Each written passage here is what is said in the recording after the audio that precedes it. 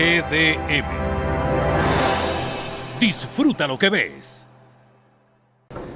Buenas noches, amigos televidentes, una vez más con ustedes en su programa Hablemos de Calidad y otros temas, que se transmite por este canal 74 GDM todos los martes de 7 a 8 de la noche. Así que lo esperamos a esa hora todas las semanas con invitados especiales.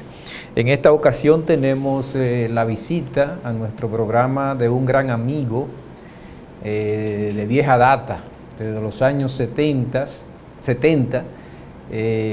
Tuvimos la oportunidad, la dicha de estudiar juntos un tiempo, y se trata de una persona muy conocida de todos ustedes, muy activo en el ámbito político nacional y también en relación con otros temas fuera del ámbito político, que es el licenciado Pelegrín Castillo Seman, ex ministro de Energía y Minas, diputado de la República por muchísimo tiempo, con un arsenal, digamos, un gran cesto de logros en el Congreso Nacional, del que yo fui parcialmente partícipe cuando fui asesor junto a él del Congreso Nacional, por allá por los años 80, 90. Bueno, la situación en Haití se ha agravado con el cese del Parlamento. No tiene Parlamento, tampoco tiene primer ministro. Ustedes saben que por la reforma de la Constitución de Haití en el año 1986 se adoptó, digamos, el sistema parlamentario europeo, y el primer ministro realmente es el gobierno, y si no hay primer ministro, no hay gobierno. Entonces el presidente está, digamos, en un vacío institucional de gran calado, digamos, de gran calado. Y esto crea, y frente al palacio, frente a las instituciones, hay movilizaciones constantes que se han repetido durante todo el año 2019 y que continúan hasta la fecha. Todo esto tiene una serie de consecuencias que vamos a analizar con Pelegrín Castillo esta noche. Comencemos por el principio. Pelegrín, buenas noches. Gracias por venir a nuestro programa, por aceptar nuestra invitación. Buenas noches, Francisco. Comencemos, Pelegrín, por el principio. Haití surge como la primera colonia en conquistar su independencia en el año 1804. Surge en un momento en que el capitalismo necesitaba de estos regímenes económicos de plantaciones, sobre la base, en el caso haitiano, de la esclavitud, del esclavismo. Haití decidió, en vez de ser un apéndice colonial, se decidió por la libertad. Y evolucionó su economía en este sentido hacia predios agrícolas personales, familiares, y a la gran propiedad agraria de tipo feudal. Claro, todo ello ocurría en un contexto que siempre ha acompañado los procesos políticos de este país, de pugnas internas, de divisiones, hasta de declaraciones de mini-estados dentro del propio territorio haitiano. Marcaron estos acontecimientos, Pelegrín, su triste destino actual. Bueno, ante todo, Julio, Francisco, muchas gracias por la invitación. Me siento muy contento de estar aquí en compañía de ustedes, debutando en este espacio, y sobre todo más contento porque me han invitado a tratar el tema al que le he dedicado más atención, más reflexión, más estudio. Y además es el tema mayor de la República, porque no se puede entender el presente, el pasado y el futuro de República Dominicana si no es en un análisis permanente de lo que son sus relaciones con Haití y de las relaciones de la isla y sus dos naciones con la comunidad internacional. Vale la pena irnos al detalle. La Revolución Francesa fue una revolución burguesa, una revolución de la modernidad que enarboló los principios universales de la libertad, de la igualdad y de la fraternidad. De los fundamentos de la democracia. Esa revolución, inspirada en términos ideológicos, en todo ese movimiento precedente de la Ilustración del siglo de las luces, entendía que esos principios se podían aplicar en todas partes del mundo. Eran universales, aplicables a todos los pueblos, en todas las condiciones. Entonces, donde por primera vez se pone a prueba la universalidad de esos principios de la Revolución Francesa es en la isla de Santo Domingo, concretamente en la colonia de Saint-Domingue, que era al mismo tiempo la colonia más rica de Francia. Sí. La colonia que aportaba casi 1/3 del Producto Interno Bruto de Francia. Entre madera y caña de azúcar, ¿cierto? Entonces, la República Francesa, hay que reconocerlo, específicamente en el periodo de los jacobinos, procedió a iniciar el proceso de acabar con la esclavitud.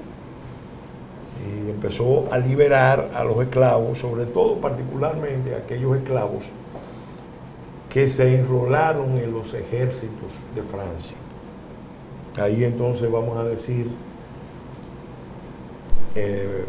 Francia enfrentada a Inglaterra, Francia enfrentada al resto de las monarquías europeas, estaba amenazada en esta zona y se dio el proceso singular de que los pobladores de la colonia empezaron a defender la colonia para la República Francesa.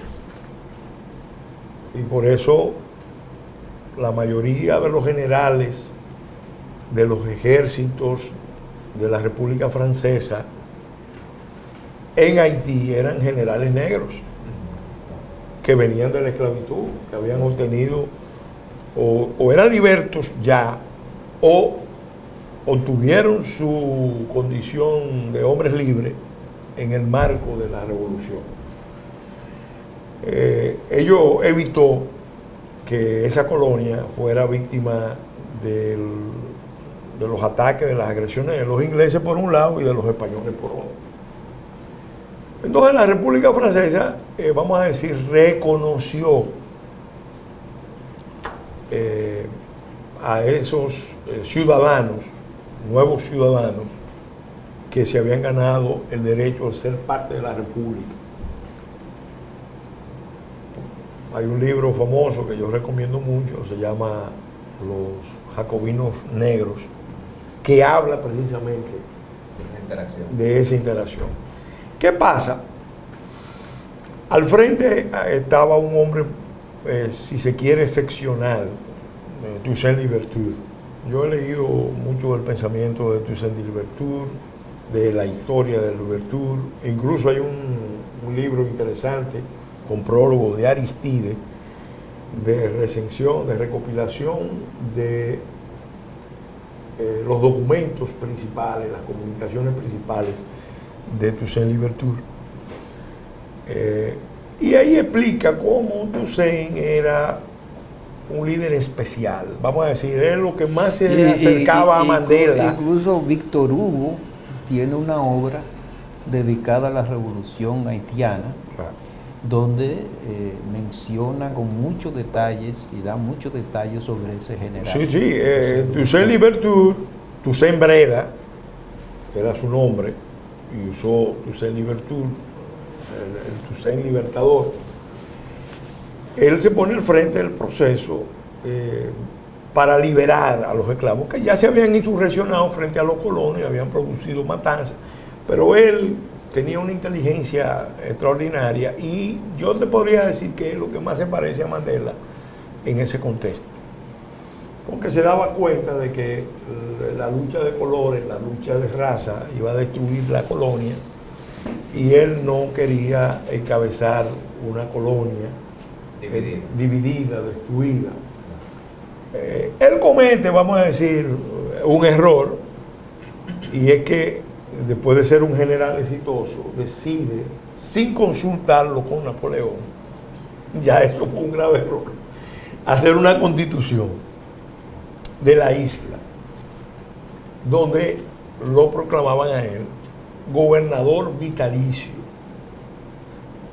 Sí. Él pasaba a ser el gobernador vitalicio de la isla, porque él le merecía confianza a los blancos, le merecía confianza a los mulatos y le merecía confianza a los negros.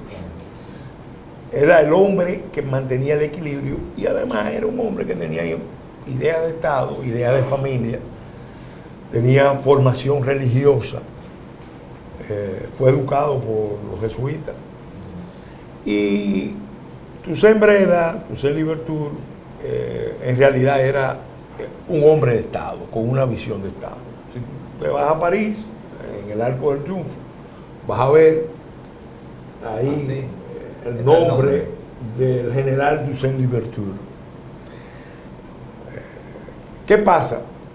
Ese general de la República Francesa, como fueron generales Pétion, Dessalines, Rigaud, muchísimos otros, esos generales, en un momento dado, se enfrentan a una realidad. Napoleón toma la decisión, influido por los colonos, de recuperar sus posesiones, las posesiones materiales, las plantaciones, restaurarlas y empezar a levantar de nuevo la economía, porque la revolución había estallado en 1789, en 1793 fue el año duro del terror, ahí es que aparecen ya estos ejércitos revolucionarios encabezados por estos generales, y Francia le da la libertad, Francia le da la ciudadanía a la gente de la colonia. Pero ¿qué pasa? Recordemos que Napoleón representaba en cierta forma la contrarrevolución.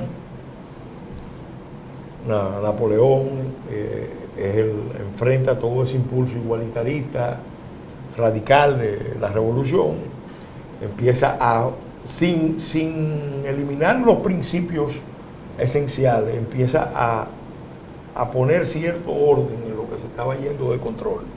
Pero los colonos... Se aprovechó también de la anarquía, del terror. Y los colonos... Desatados. Los colonos influyeron mucho, tenían un lobby poderoso junto al cónsul, y plantearon que la única manera de restaurar la riqueza de Francia en el Caribe era restableciendo la esclavitud. Entonces, ¿cuándo viene el trauma? Viene el trauma cuando Napoleón acepta los consejos de los colonos, la influencia de los colonos, y da órdenes de restablecer. O sea, se acabó la esclavitud, con excepción de las provincias de ultramar, de la zona del Caribe, concretamente Guadalupe, Martinica y Haití. Saint-Domingue. Y Guyana, porque yo también tenía ya presencia en Guyana. Entonces, ¿qué pasa? Manda una flota y manda un ejército con su cuñado, el general de Clerc, esposo de Paulina Bonaparte, en primer lugar, descabezar el movimiento de estos ejércitos, a detener todos estos generales que tenían galones, tenían mérito. Ya él recelaba de Louverture, porque Louverture ya se había declarado gobernador vitalicio sin consultarlo. Entonces, lo que estaba calculando era que Toussaint estaba preparando la independencia, y en inteligencia con los británicos, Hussein quería, las señales que dio fue que podía conseguir la independencia con apoyo británico. Entonces Napoleón manda a ese ejército y cosas de la vida. Ese ejército vino con un plan secreto que es poco conocido. El plan fundamental era descabezar los ejércitos, restablecer la esclavitud y concentrar fuerzas, porque esas fuerzas iban después a marchar a América del Norte, porque en el Tratado de San Ildefonso, Así que Napoleón, Talleyrand, el rey de España habían pactado que se iba a constituir el imperio francés de América del Norte, desde la Luisiana hasta Canadá, con el propósito de evitar la expansión de las colonias americanas hacia el oeste.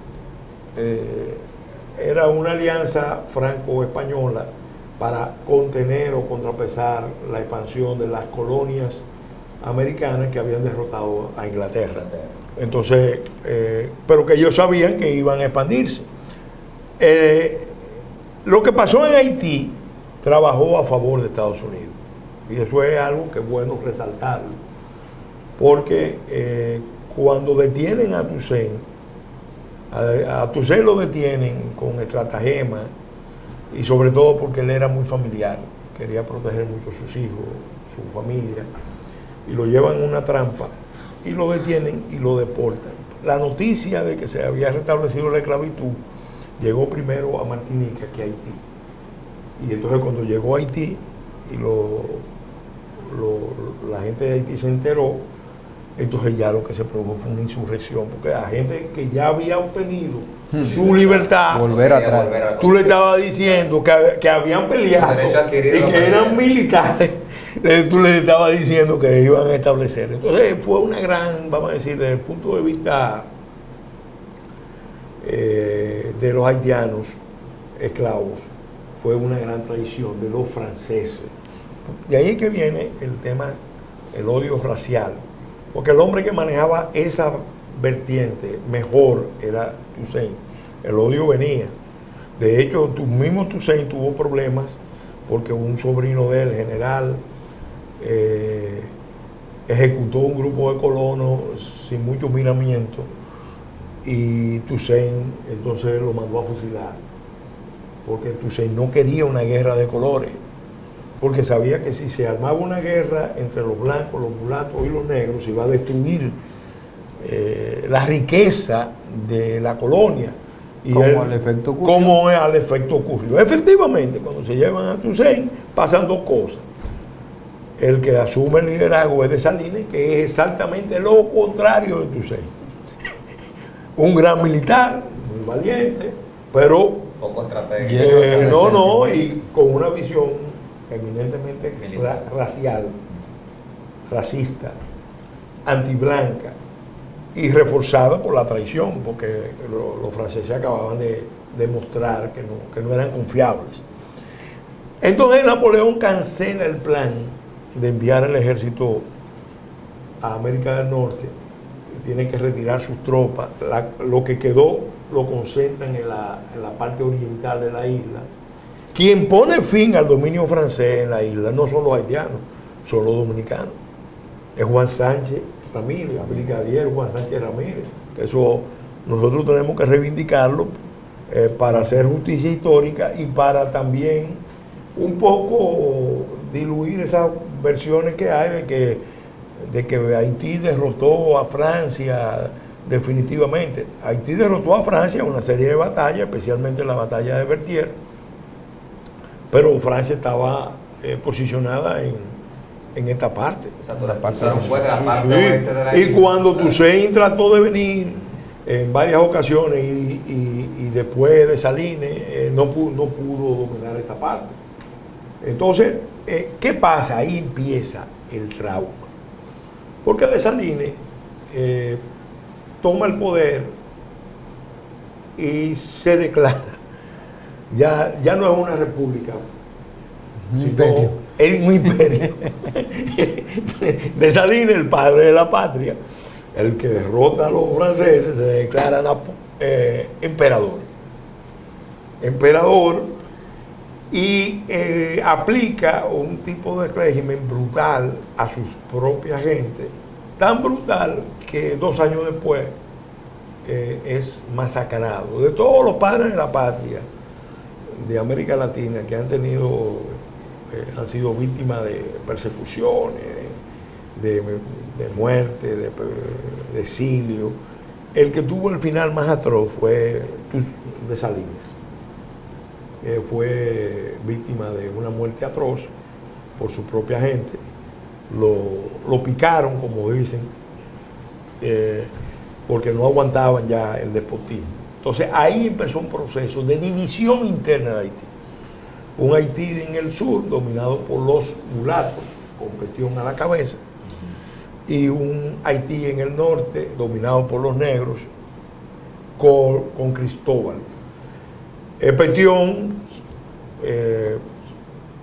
proclamaba la condición de presidente. En el norte, Cristóbal se proclamó rey. Bueno. Y obviamente ahí empieza ese drama. ¿Qué pasa? Ese drama asustó a América Latina. Eso es bueno entenderlo. Asustó a una América que estaba buscando la emancipación. Asustó a los Estados Unidos. Asustó a todo el mundo. Todo el mundo se asustó de la violencia del proceso.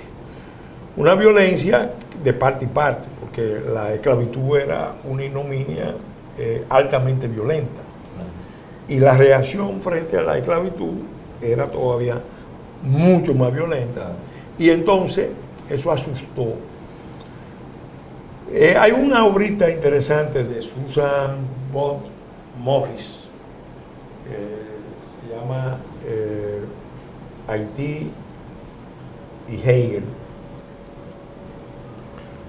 que habla de cómo el pensamiento hegeliano de la relación amo-esclavo, que mereció muchos análisis en su tiempo, ese pensamiento filosófico. Friedrich Hegel. Ese pensamiento se inspiró en la lucha que se estaba librando en las colonias, que él conocía el proceso, pero él no se atrevió a admitir que eso lo inspiró el proceso revolucionario haitiano. ¿Qué pasa? La política desde el principio fue aislamiento. El primero que lo decretó fue Estados Unidos. El presidente Jefferson, creo que en ese momento era secretario de Estado, declaró la política de aislar la peste de la rebelión a la isla de Santo Domingo. ¿Por qué? Porque Estados Unidos, que tenía una parte de las colonias con un régimen de esclavitud, no quería que el ejemplo se propagara. Entonces la política era aíslen la peste de la rebelión a la isla de Santo Domingo. Luego viene un periodo interesantísimo, porque siempre se ha dicho que Bolívar y Petión hicieron un gran pacto, que es verdad. Bolívar y Petión hicieron un gran pacto. Bolívar cumplió hasta donde pudo cumplir. El pacto era que el liderazgo de Petión iba a apoyar a la Gran Colombia. Ya ahí se estaba librando la lucha por establecer la Tercera República, que había fracasado la segunda, y Bolívar se refugia primero en Jamaica y después en Haití. Bolívar conoce la versión del proceso haitiano desde la perspectiva de Petión.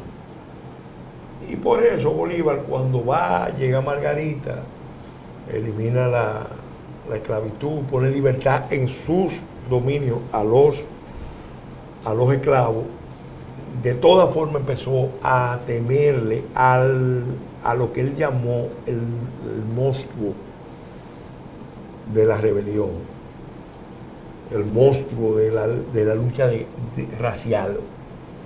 La lucha racial, la lucha de colores, le decían en Venezuela, fue algo que asustó al liderazgo Y eso es lo que explica por qué Haití es aislado.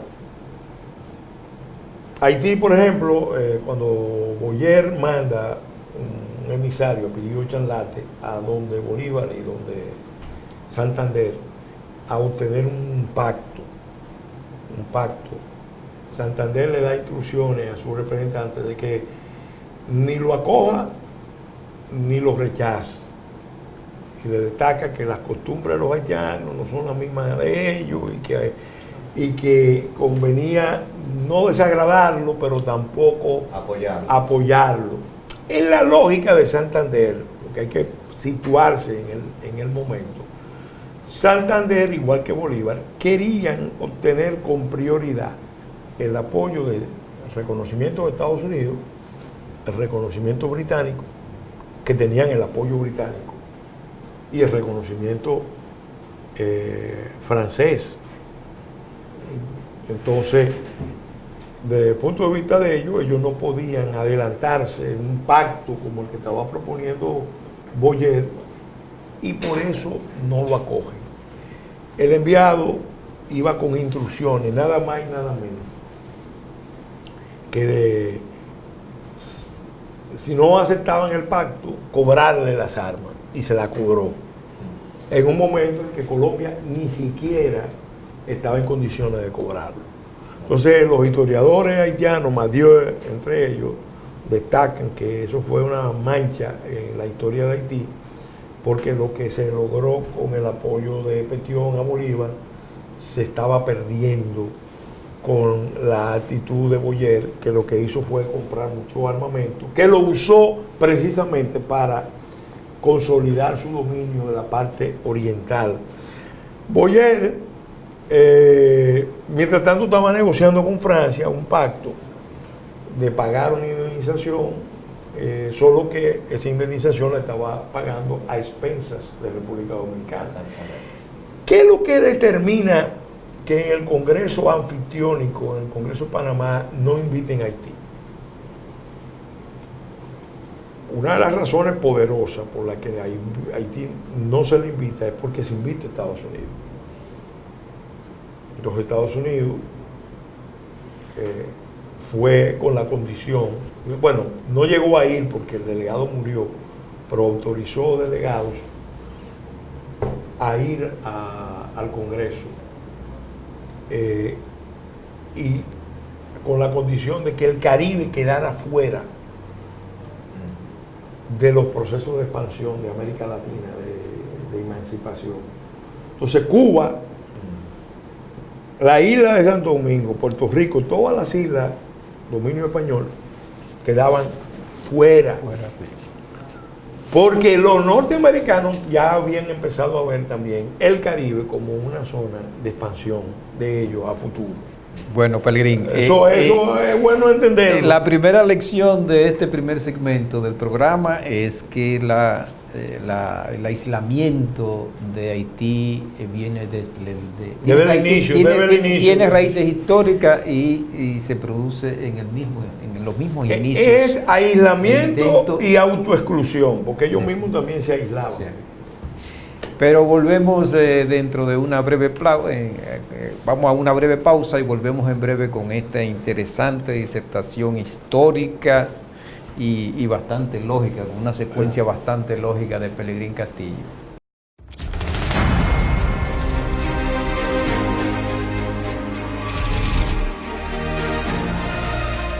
GDM.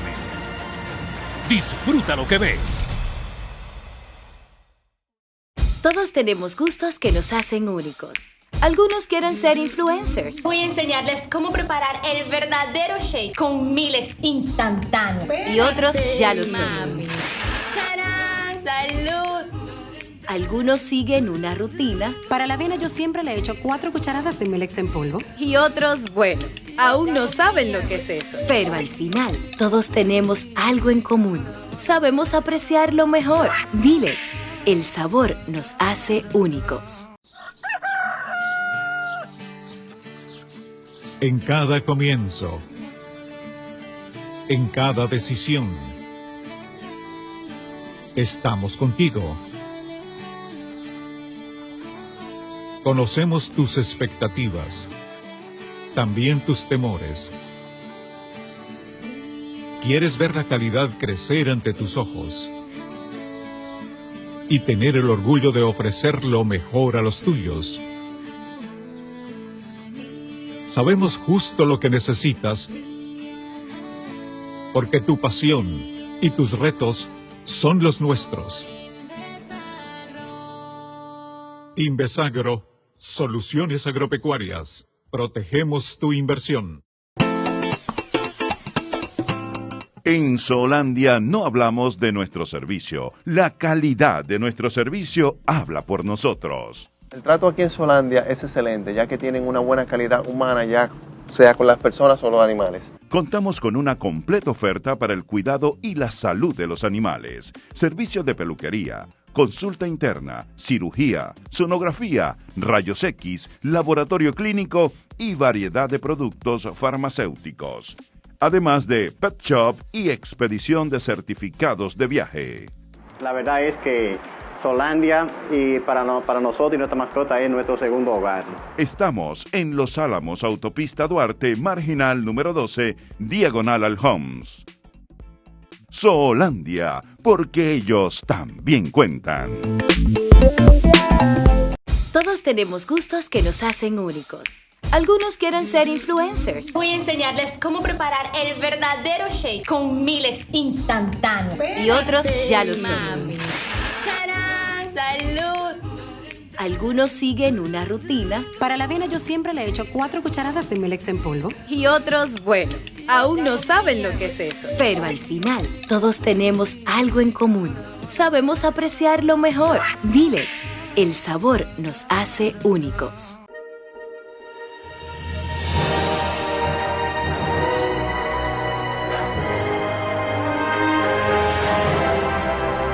GDM. Disfruta lo que ves. Bien, amigos televidentes, seguimos con el desarrollo de este interesantísimo programa sobre Haití. Haití, un análisis histórico de dónde vienen los problemas actuales de Haití, porque si no miramos el pasado es difícil que comprendamos el presente. Pelegrín, la intervención norteamericana en Haití en el año 1915, que se prolongó de hecho hasta el año 1934. Sí. Claro, esto se produce dentro del esquema de expansión que tú acabas de señalar de los Estados Unidos en el Caribe, que lo veía ya como una zona de enorme valor estratégico. Pero esta invasión, esta intervención norteamericana también puede verse como una oportunidad, otra segunda o otra tercera oportunidad de desarrollo para Haití, para el desarrollo de un sentido empresarial, de sentar las bases de un régimen incipiente, aunque fuera incipiente capitalista. Sin embargo, no ocurrió así. No. Haití siguió aislado, se aisló más luego de la intervención y no hay evidencias de que esta intervención produjera algún efecto positivo en el desarrollo capitalista o por lo menos en la eliminación de las bases feudales en estas grandes plantaciones, que eran núcleos realmente productivos de carácter feudal, lo que existía en Haití en ese momento. Sin embargo, no se aprovechó esta oportunidad tampoco. Haití ha tenido muchas otras oportunidades de desarrollo. A finales del siglo XVIII y principios del siglo XIX también hubo un apogeo de nuevo, se retomó de nuevo la senda de la expansión productiva, del crecimiento, pero también fue efímero. Y luego viene el momento negro, el largo momento negro de la dictadura en el siglo pasado, desde el 57 hasta el 86, de la familia Duvalier. Eso terminó de rematar. Y todo esto, se refleja en esta tragedia, todos estos acontecimientos de alguna u otra forma. Hoy Haití es una de las, o es la economía más atrasada del hemisferio. Hay problemas serios de sobrevivencia, hay un problema ambiental gravísimo y algunos entienden que hasta irreversible. ¿Cuál es la solución de este problema? Porque debe haber una solución. Por ejemplo, hay un historiador que leí este artículo en El País, Guy Pierre, que tú lo conoces, que él dice que no puede haber ninguna solución para Haití bajo un protectorado ni de las Naciones Unidas, ni debajo de una especie de fideicomiso, lo que sea. Dice textualmente lo siguiente, Pierre, historiador que ahora es diplomático: ningún país puede refundarse y redefinir su destino entregando el control de su aparato de Estado a una instancia política internacional, es decir, liquidando él mismo su soberanía nacional. El planteamiento que hace. No puede tampoco hacerlo entregando su dirección a unos líderes políticos improvisados, de lo que ha estado, lo que ha estado caracterizado Haití. Una gran tragedia fue Jean-Bertrand Aristide. Eso fue uno de los momentos también oscuros de Haití. O unos partidos políticos sin ninguna base popular real y un programa político coherente. O confiándose, en último caso, en una diáspora atravesada y dominada por el pensamiento imperial ONGista, dice él. De las ONG, ¿verdad? Es muy lúcido este historiador. Yo siempre lo leo en los artículos que escribe, y ahí tiene un libro muy interesante también. Pierre es un intelectual de los intelectuales, digamos, de las últimas 2 décadas más conocidos de Haití. Mira, yo pienso que es bueno, antes de abordar concretamente la gran pregunta de qué hacer, pasar balance a lo que no se debe seguir haciendo, a lo que se ha hecho mal. A las malas prácticas, ¿no? Vamos a entender el proceso haitiano en el siglo XX. En el siglo XX, en Haití se estaba dando una situación muy particular. En el Caribe, las potencias europeas estaban volviendo a retar a Estados Unidos en esta zona. En 1902, 1903, una armada europea encabezada por Alemania militarmente, pero con la participación de los ingleses, de los holandeses, de los italianos, bloquearon Puerto Cabello y La Guaira para exigirle al gobierno de Cipriano Castro que pagara la deuda.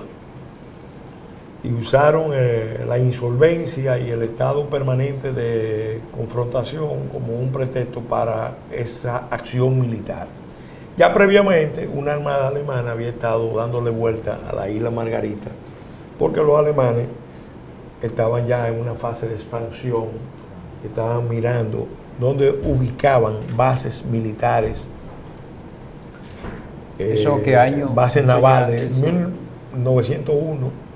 Entonces en 1902, 1903 viene la crisis de Venezuela. Ya previamente los norteamericanos habían tomado una línea de sacar de la zona a los europeos. Habían tolerado la presencia de los europeos y de los ingleses particularmente. La famosa doctrina Monroe, ¿no? Bueno, americano. La doctrina se formuló originalmente en 1823. Pero los norteamericanos siempre habían aplicado eso con cierta flexibilidad cuando se trataba de los británicos. Sin embargo, en 1795,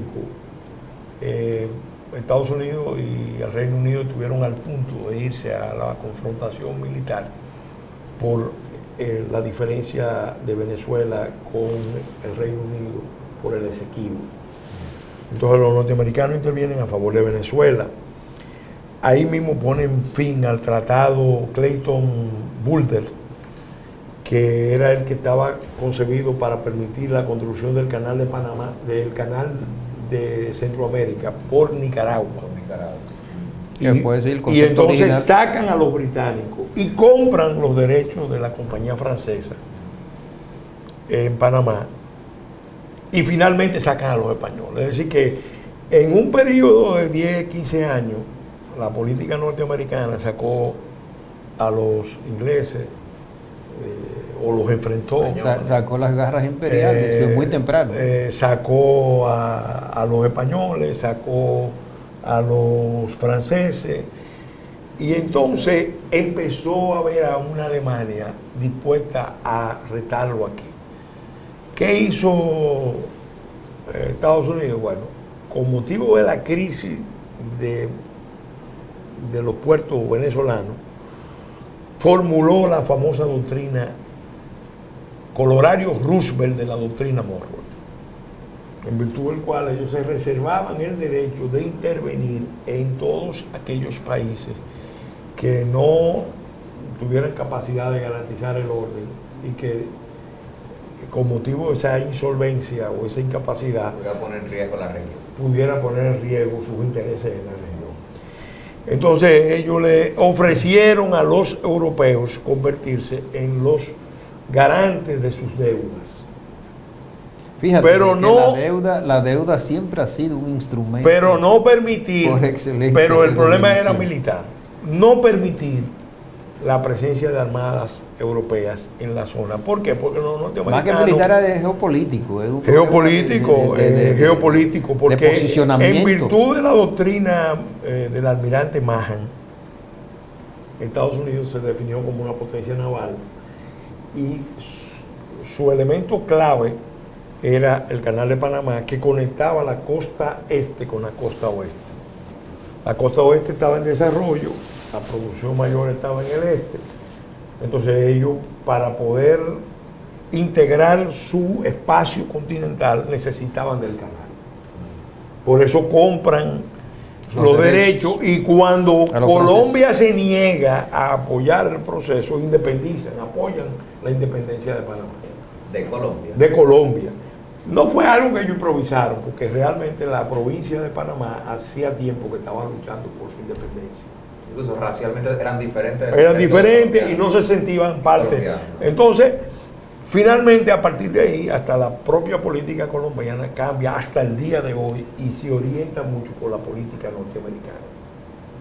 Lo que llaman repice polum, guiarse por la estrella del norte. Entonces, ¿qué pasa? El Colorario Roosevelt, donde primero se aplica, es aquí,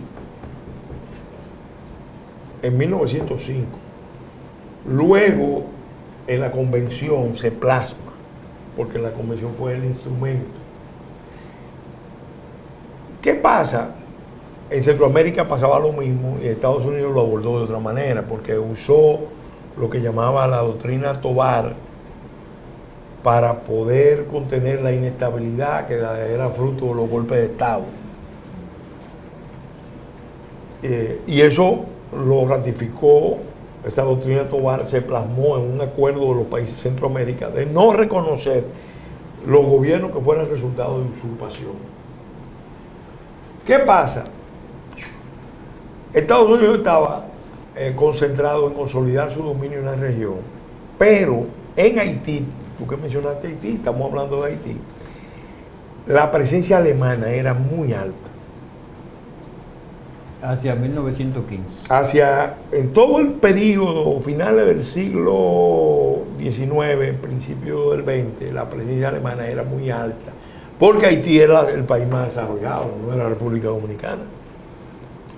Entonces, había una alianza entre la élite muralla haitiana y un grupo de empresarios alemanes con mucha riqueza, tenían una gran alianza, y los alemanes parece que apoyaron unos movimientos internos que terminaron en grandes matanzas y en la toma del poder de unos generales pro alemanes ya la guerra había empezado y ya los norteamericanos sabían que más tarde o más temprano esa guerra podía trasladarse hacia acá. La Primera Guerra Mundial. Entonces, ¿qué hacen los norteamericanos?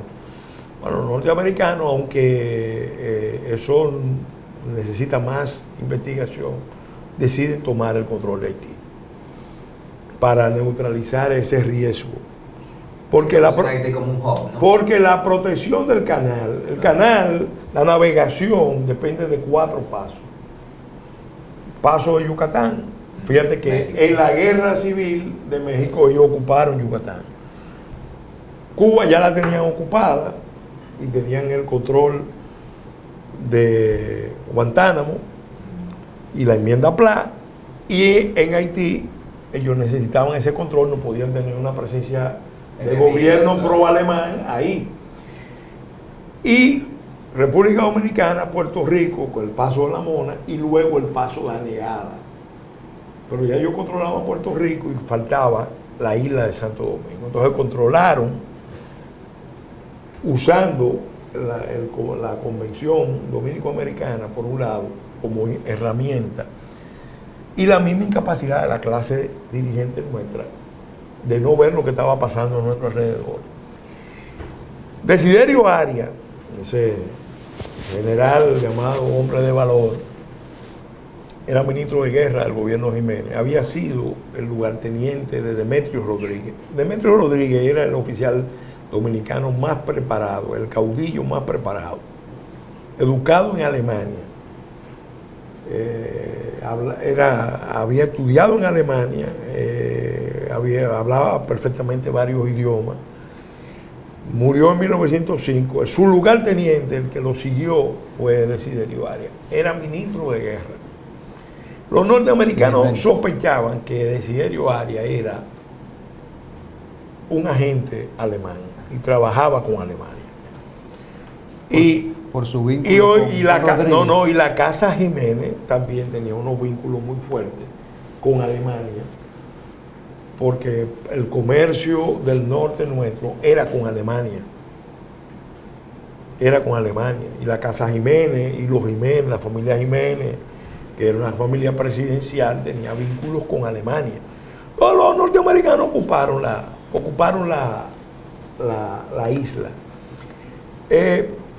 ¿Qué pasa? Ahí se instaló un esquema, que es el esquema que lo escribe Enrique Ureña, Francisco Enrique Ureña, en un memorándum que le manda al gobierno dominicano. En la isla, la visión americana es que las tierras feraces están en Oriente y que la mano de obra barata está en Occidente. Una división de trabajo. Entonces vamos a traer haitianos. Mano de obra barata donde se puede producir. Donde se puede producir a bajo costo. Claro, mayor valor agregado. Entonces está vinculado a la expansión del capitalismo norteamericano en la isla de Santo Domingo. Las tropas que ocupan Haití son tropas del sur, tropas en Haití, en Estados Unidos se había acabado la esclavitud, pero no la discriminación. Eran tropas blancas que habían ido a Haití y el choque racial se reavivó.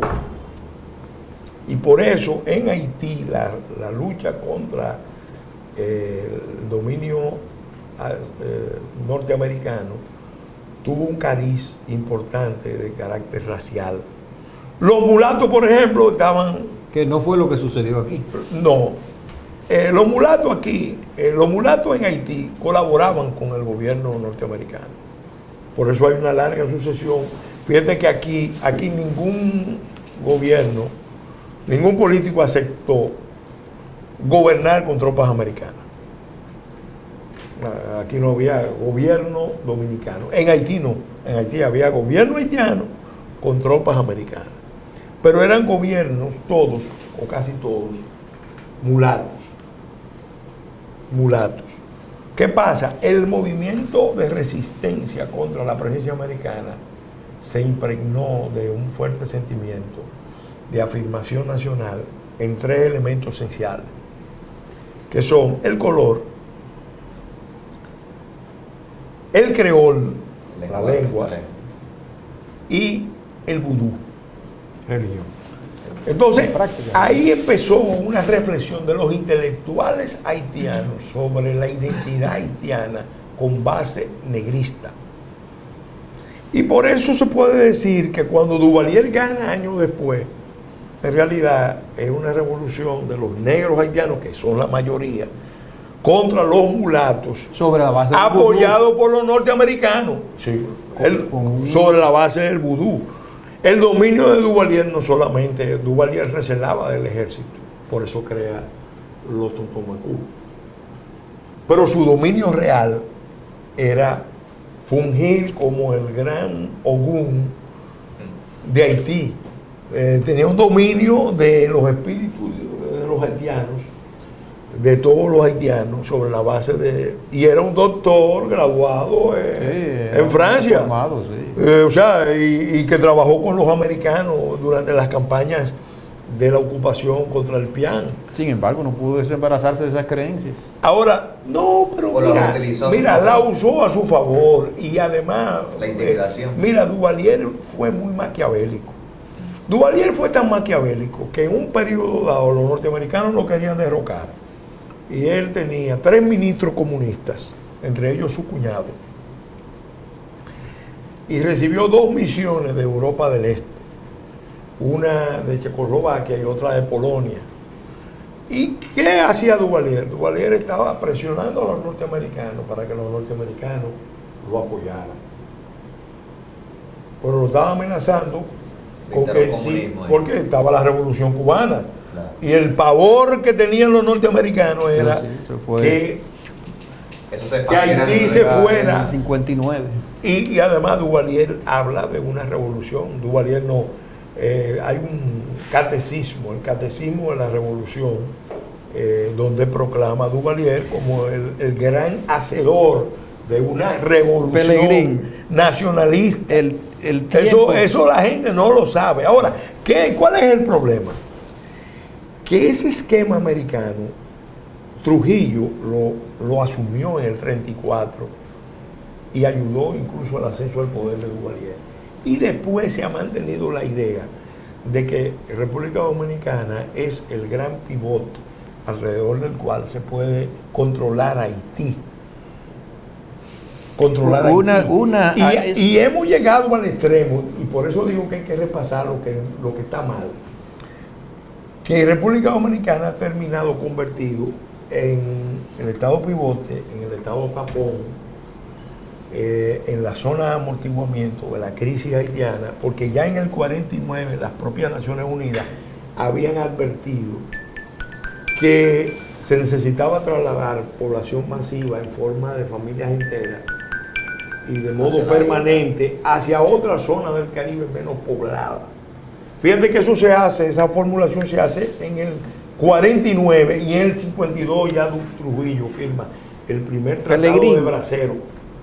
Es bueno, es muy bueno que tú a nosotros y a los amigos televidentes nos haya puesto en contexto, porque realmente el abordaje de esta gravísima problemática que es la haitiana requiere de esa contextualización.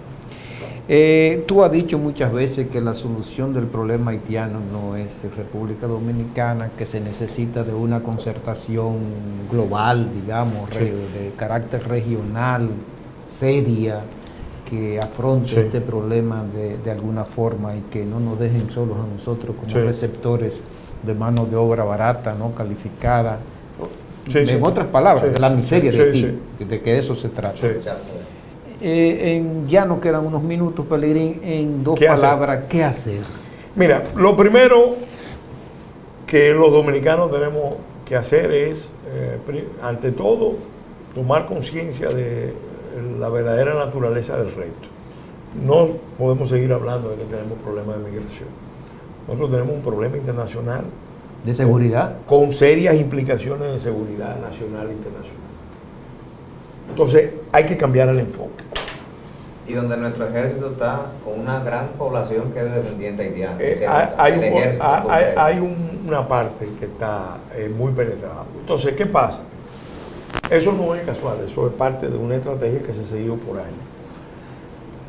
Y ya esto es una lucha nacional, ya esto no es una cuestión de un gobierno, de un partido, de una coyuntura determinada. ¿Qué hemos hecho, qué hemos planteado nosotros? Bueno, en primer lugar hay que generar un movimiento nacional de resistencia. Y si se quiere, técnicamente es una revolución nacional lo que estamos planteando.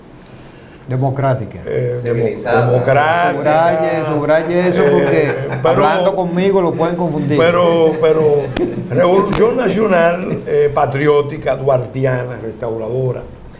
¿Qué necesitamos? Cambiar el enfoque que ha prevalecido hasta ahora. ¿Qué le ha convenido a sectores que han usado a Haití, los haitianos, como una ficha de negociación de sus intereses particulares con los poderes internacionales? Pero eso no beneficia al pueblo dominicano. No, y que han seguido con el esquema de mano de obra barata para acá. Porque en el fondo, ¿qué es lo que está haciendo crisis? Lo que está haciendo crisis es un modelo que lo explica muy bien Andrés Cortén de la década de los 70, un modelo rentista. Posteriormente yo llegué a hablar con él, desayuné con él y conversamos antes de morir. Cortén, que fue profesor de la UAS, sociólogo. Sí. Él escribió unos últimos artículos hablando del tema de las instituciones rentistas. Nosotros tenemos, primero en Haití predominó una visión de rentismo que está en la base del desastre de Haití, apoyado por una política de bribonismo, han dicho algunos intelectuales haitianos. Eso que pasó con Duvalier fue eso, una dictadura oscurantista, no desarrollista, porque nosotros hemos tenido dictadura, pero con ciertos rasgos desarrollistas. Lo de Haití fue una dictadura aplastante, degradante, que llevó a Haití hacia atrás. Aunque tú hablas con muchos haitianos ahora y dicen que fue mejor. Duvalier era mejor que esto. Ahora, ¿cuál es el problema? Nosotros tenemos que cambiar el enfoque de política exterior para ir hacia un esquema de corresponsabilidad. Yo lo consigné en una conferencia, viene ahora en un libro que voy a publicar, pero muchas gracias. Contar con su presencia, se llama Choque de Potencia en el Gran Caribe, y hay unos artículos dedicados a eso, donde planteo el esquema de corresponsabilidad 1%. No es el fideicomiso, porque la Carta de Naciones Unidas no permite que un país se someta a fideicomiso, pero tampoco es la actitud de asumir pasivamente que nosotros somos el espacio de solución del problema haitiano para que un grupo de sectores se beneficien de esa relación. Nosotros necesitamos un Haití estable, necesitamos un Haití seguro y un Haití que tenga posibilidades de recuperar sus posibilidades de desarrollo. Que comience a sacar las bases. Eso es posible. Ahora hay que cambiar muchas cosas. Allá y aquí. Por eso digo, hay que cambiar las relaciones de poder. No puede ser que la política dominicana siga repartiendo como favores lo que tiene que garantizar como derechos, a través de una economía que es fundamentalmente dominada por negocios extractivos, de capitalismo extractivo. Es un concepto que lo desarrolla muy bien Acemoglu, Leison y Lis en su última obra, que es clásica, Economía para el Mundo Real.